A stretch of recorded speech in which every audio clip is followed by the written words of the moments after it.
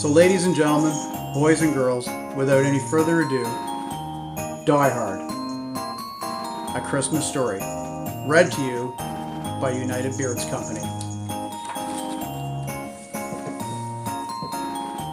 'Twas the night before Christmas, and up in the tower, everyone was partying, except for one wallflower.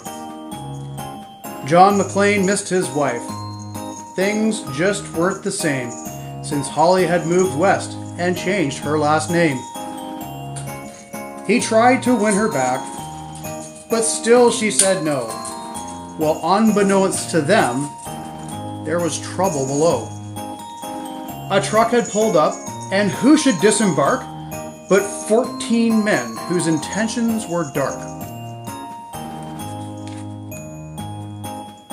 They spoke not a word and unloaded big crates. They cut the phone lines and locked all of the gates.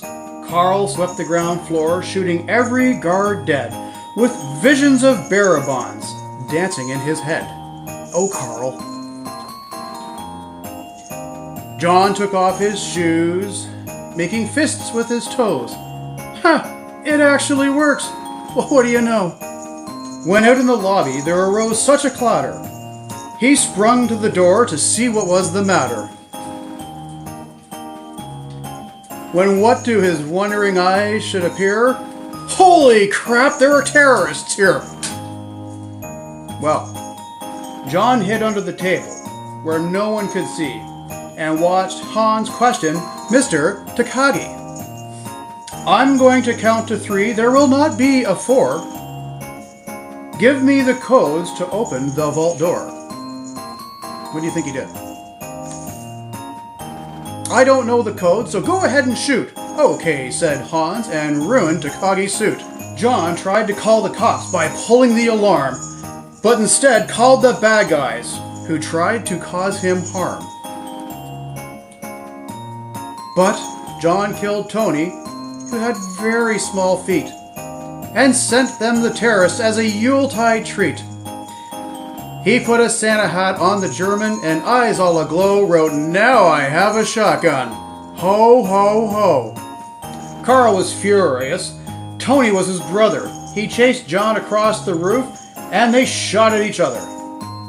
John was able to escape through a ventilation shaft. "Come out to the coast," he sighed. "We'll have a few laughs." At the Nakatomi Tower, Sergeant Powell appeared. He checked the whole lobby and saw nothing weird. As he pulled away, he didn't get far before Marco landed on the hood of his car. Powell drove away backwards, screaming in fright. "Welcome to the party, pal!" John yelled with delight. More policemen arrived, the FBI and a SWAT team. But Hans didn't mind, it was all part of his scheme. More rapid than eagles, his henchmen they came, and he radioed and shouted and called them by name. Now Eddie, now James, now Franco, now Yuli, on Fritz and Carl, hair long and unruly. They shot the SWAT tank with a surface-to-air missile and knocked it all the way down like the down of a thistle. Now John McClane was angry indeed. He blew up 2 terrorists and called them jerkweed. Alice told Hans, "Booby, I'm your white knight." Hans shot him dead, giving the hostages a fright. Hans went to go check on his explosives and saw the fuse and saw that poor John was not wearing any shoes. Ooh.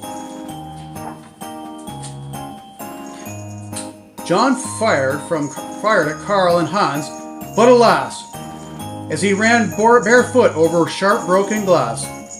His feet, oh how they hurt, his soles oh so bloody, John crawled to the bathroom and called his good buddy.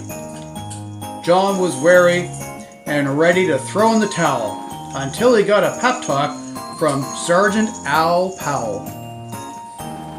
Powell was chubby and plump, a right jolly old cop, and he trusted the cowboy in the tattered tank top. But a reporter was probing into McLean's life and revealed that Holly was actually John's wife. Hans quickly flipped over the gold picture frame. "It's a pleasure to meet you, Mrs. McLean." His clothing all tarnished with ashes and soot, John staggered to the roof, bloody and barefoot. The explosives were wired to the rooftop with care, in hopes that the hostages would soon be there.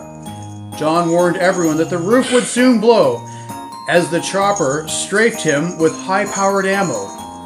Around his waist he tied a fire hose, and screamed an oath and jumped into the night. He dangled in the air and gritted his teeth, while flames encircled the tower like a wreath. Fiercely fighting his way back inside, John yelled, "Hans!"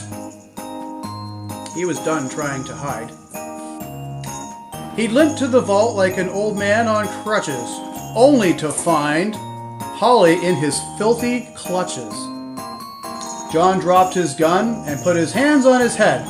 It seemed he and Holly would soon be dead. But with a secret gun taped to his back, John shot Hans in a surprise attack. Pew pew! Hans fell out the window, still holding Holly's arm and slowly, deliberately raising his firearm. The tenacious villain held on by his nails till John unhooked Holly's watch and said, "Happy trails." Bearer bonds fluttered like fresh fallen snow as Holly embraced her blood-spattered bow. So Merry Christmas to all, and be kind to one another. And most of all, yippee-ki-yay, motherfucker. Merry Christmas, everybody, from all of us at United Beards to all of you out there watching this. Have a fantastic and safe, happy holiday with all of your loved ones. God bless.